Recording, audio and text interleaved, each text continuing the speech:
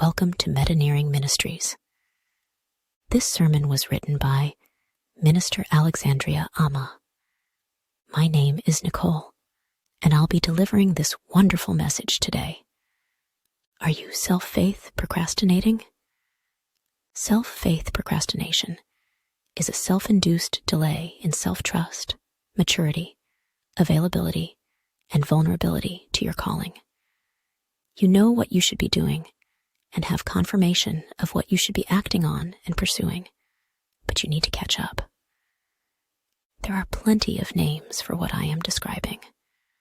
Self-sabotage, fear of success, insufficient self-esteem, insufficient self-means, and many others.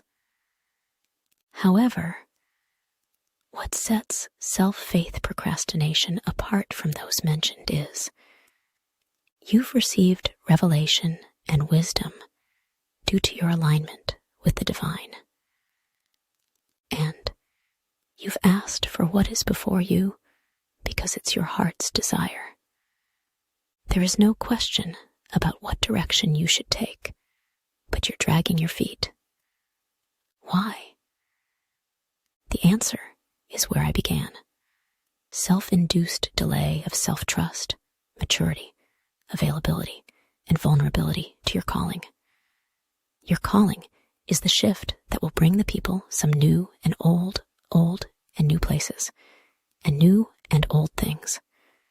However, you can only see two possible outcomes.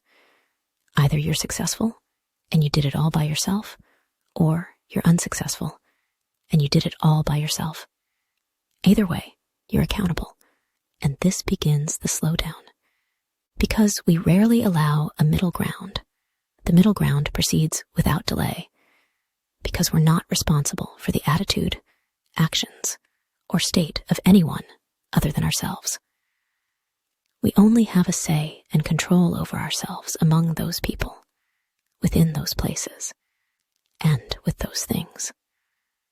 Part of SFP is faith, meaning trust.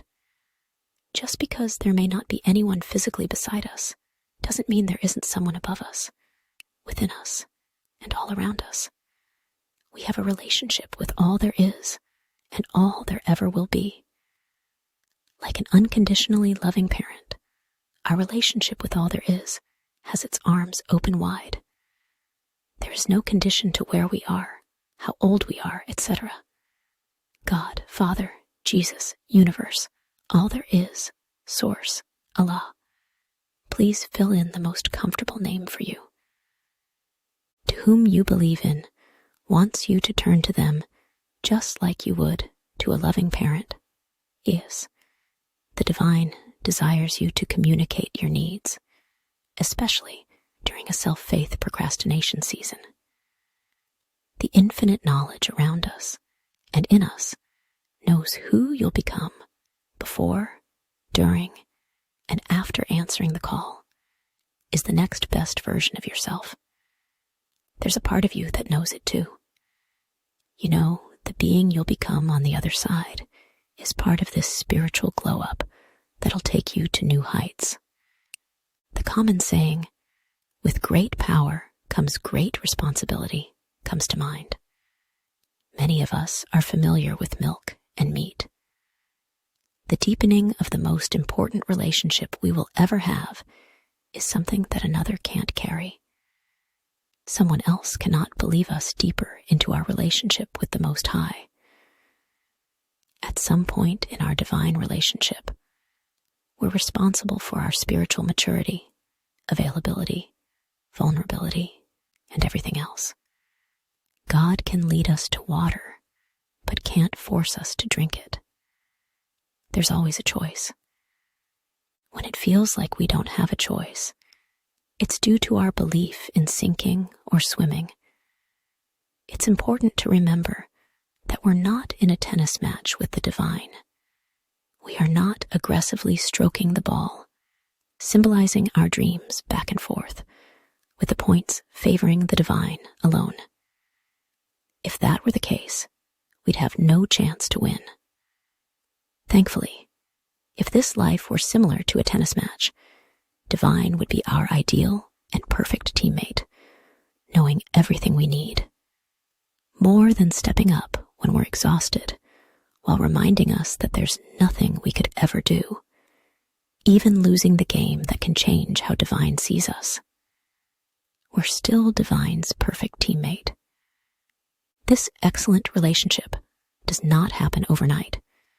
It's not because there's a delay on the Divine end, but because it's on ours. Trust is a two-way street, even in such a unique, loving relationship that is factually heaven-sent.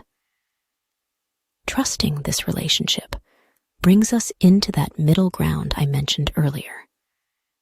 The expectations of the most important relationship we'll ever have are the opposite of the expectations we've experienced or will experience with other soul beings with their human experiences.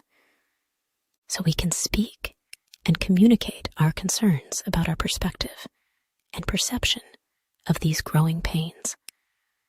We can ask for more information and clarify. We can ask for the first line or paragraph of the proposal we should write, and how we should author and direct for that book or screenplay. Those are action steps of obedience. Remember, the way is ready for us. Thus, we are counted among the many mansions, not excluded or left behind. When it begins to feel that way, ask yourself, when was the last time I spent time with the Divine?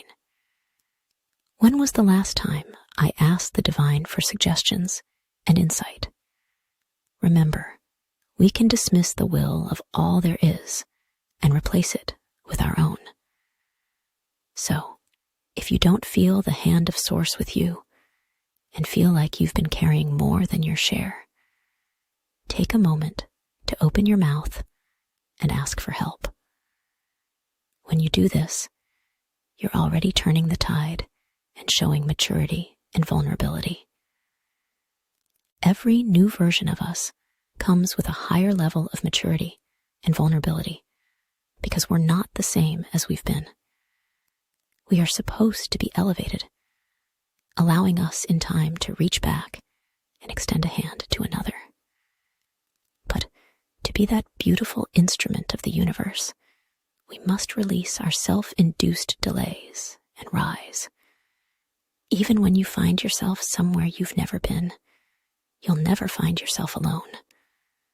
What a blessing that is. Suggestions for leaning into action. 1. Take the middle ground. You're responsible for yourself and the gift S given to you. Recall Parable of the Talents in Matthew 25:14-30. 2. Express your concerns whether you're ready or not. Ask the Divine to send His word. With that, you may be able to handle them emotionally and spiritually. That's the kind of faith that moves mountains. 3. Ask for help and be specific. Where do you need help and why? The why isn't for God, but for you, so you might believe even more when God moves. Are you struggling to sort out your thoughts, words, or even where to begin? By asking with details, you're showing the Divine your earnest desire to be aligned with its will and igniting the power of purpose built within you.